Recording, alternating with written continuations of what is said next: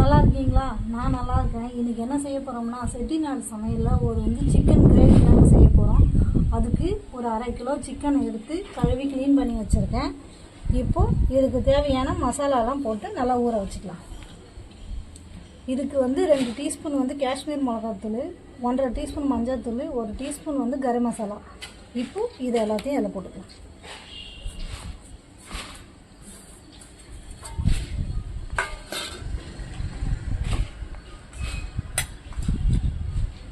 தேவையான அளவு உப்பு போட்டுக்கலாம்.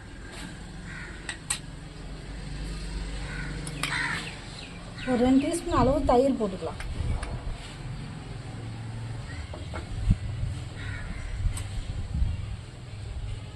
ஒரு டீஸ்பூன் அளவு இஞ்சி பூண்டு போட்டுக்கலாம். இப்போ இதெல்லாம் போட்டு நல்லா கலரி விட்டுக்கலாம்.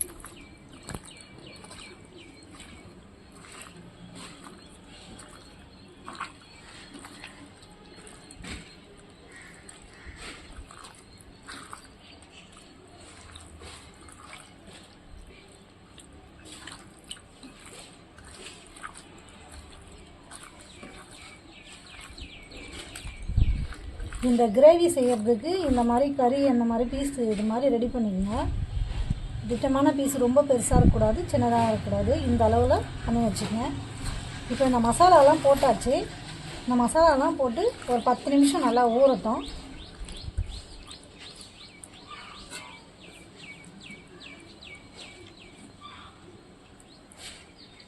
இப்போ மூடி ஒரு 10 நிமிஷம் ஊறுற அளவுக்கு வச்சுக்கலாம். இப்போ மசாலாலாம் ரெடி பண்ணிக்கலாம். இந்த சிக்கன் கிரேவிக்கு தேவையான மசாலாலாம் அரைக்கிறதுக்காக ரெடி பண்ணிக்கலாம். அதுக்கு ஒரு 5 இது காஷ்மீர் மிளகா போட்டிருக்கேன். 1.5 டீஸ்பூன் தனியா, 1 டீஸ்பூன் சோம்பு, 1.5 டீஸ்பூன் மிளகு, 1 டீஸ்பூன் சீரகம், ஒரு 6 பூண்டு பல். இப்போ இது எல்லாத்தையும் இதில் போட்டுக்கலாம். 2 பட்டை, ஒரு 4 கிராம்பு, ஒரு 6 முந்திரி, 2 ஏலக்காய். இப்போ இது எல்லாம் இதில் போட்டுக்கலாம்.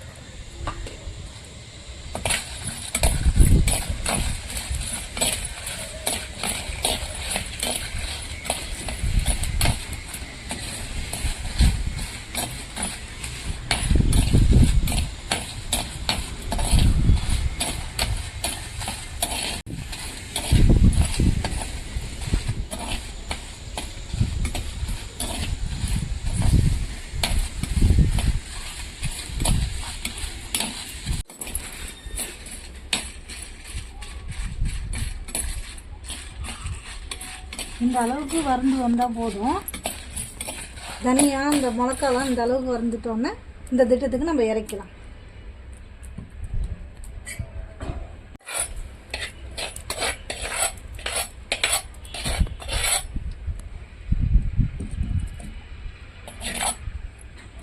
இப்போ சட்டி நல்லா காஞ்சிடுச்சு.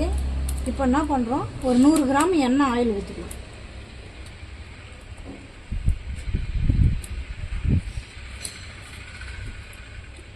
இப்போ ஒரு 10 நிமிஷம் மசாலாலாம் போட்டு 10 நிமிஷம் சிக்கன் நல்லா ஊறிடுது. இந்த அளவுக்கு ஊறி வந்தால் போதும். இப்போ எண்ணெய் ஊற்றிருக்கேன், எண்ணெய் நல்லா காஞ்சிருக்கு. இப்போ இந்த கறியை ஒன்று ஒன்றா பொரிச்சு எடுத்துக்கணும்.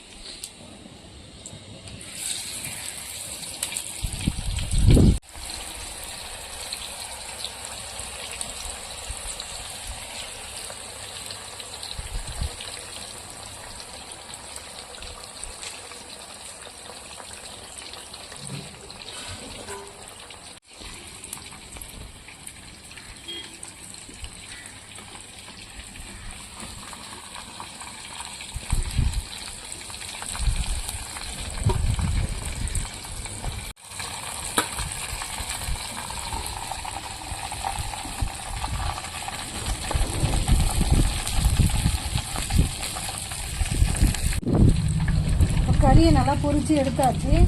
இப்போ இந்த பாதி வேக்காடு தான் வேக வைக்கணும். மீதியை நம்ம மசாலாலாம் ஊற்றி வேகும்போது முக்கால்வாசி வந்துடும்.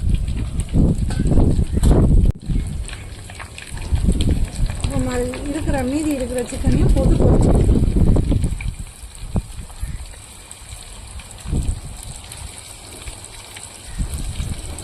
நான் மண் சட்டி செய்யணுன்றதுனால மண் சட்டியில் பொரிச்சு எடுக்கிறேன். நீங்கள் ஒன்றா கடாயில் கூட போட்டு பொரிச்சு எடுத்துக்கலாம்.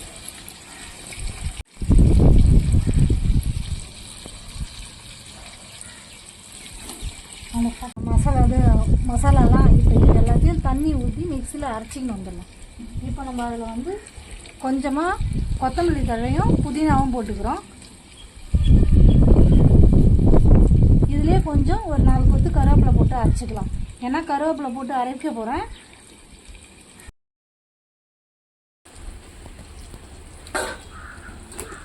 இப்போ கறியை பொரித்து எடுத்தாச்சு. இப்போ இந்த கிரேவி வைக்கிறதுக்கு ரெடி பண்ணிக்கலாம். 1 டீஸ்பூன் அளவு சோம்பு, இந்த இப்போ கறி பொரிச்சோம் பார்த்தீங்களா, அதிலே போட்டுக்கலாம். அந்த எண்ணெயே போட்டுக்கலாம். ஏன்னா அதில் மசாலாலாம் இருக்கிறதுனால நான் இப்போ அதிலே தரேன்.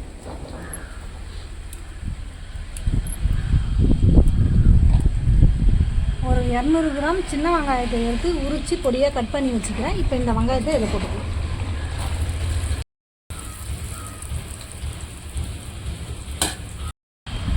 இப்போ வெங்காயம் போட்டுட்டேன். வெங்காயம் போட்டு நல்லா வதங்கிட்டு இருக்குது. இங்கே பாருங்கள், அதில் எவ்வளோ மசாலா இருக்குதுங்க. நம்ம கறியை பொரிச்சதுனால எவ்வளோ மசாலா இருக்குது பாருங்கள். நம்ம இப்போ வேறு எதுவும் காரம் போட போகிறதில்ல. இப்போ இந்த மசாலாவிலே இந்த வெங்காயம் நல்லா வதங்கட்டும். கொஞ்சமாக கருவேப்பிலை உருவி அதில் போட்டுக்கலாம்.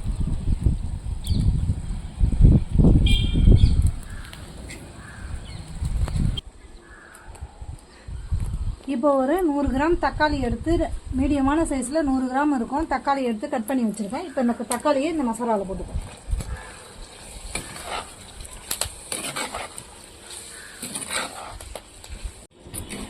வெங்காயம் தக்காளியெலாம் போட்டு நல்லா வதங்கி வந்துடுச்சு. இந்த மசாலா இந்த மாதிரி வதங்கி வந்தால் போதும்.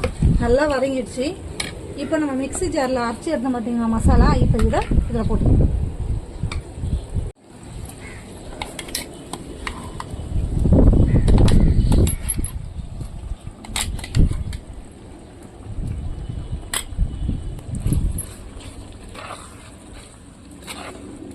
நம்ம மிக்ஸி அரைச்சோம் பார்த்தீங்களா, அந்த மிக்ஸி ஜார்லேயே கொஞ்சமாக தண்ணி ஊற்றி அதை நல்லா கழுவி அதை ஊற்றிக்கலாம்.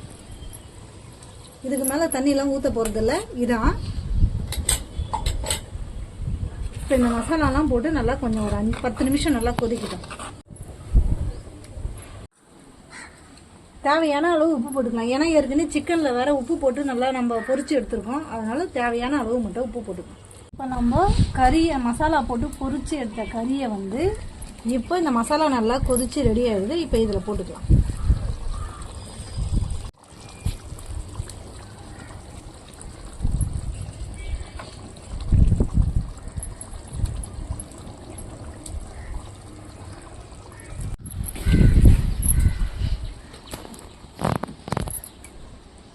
இப்போ நம்ம பொரிச்ச கறியை போட்டுட்டோம். லைட்டாக நம்ம இப்படி ஒரு கலர் கழுவி விட்டுக்கலாம்.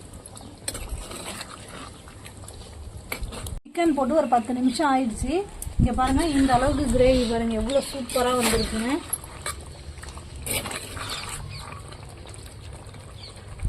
செட்டிநாடு சிக்கன் கிரேவி ரெடி ஆயிடுச்சு. இந்த பக்குவத்துக்கு வந்த மட்டும் நம்ம இறக்கிடலாம். இப்போ இது மேலே கொஞ்சம் கருவேப்பிலை கொத்தமல்லி போட்டுக்கலாம். கொத்தமல்லி கொஞ்சம் போட்டுக்கலாம். கிரேவி ரெடி ஆயிடுச்சு. இப்போ இறக்கிடலாம்.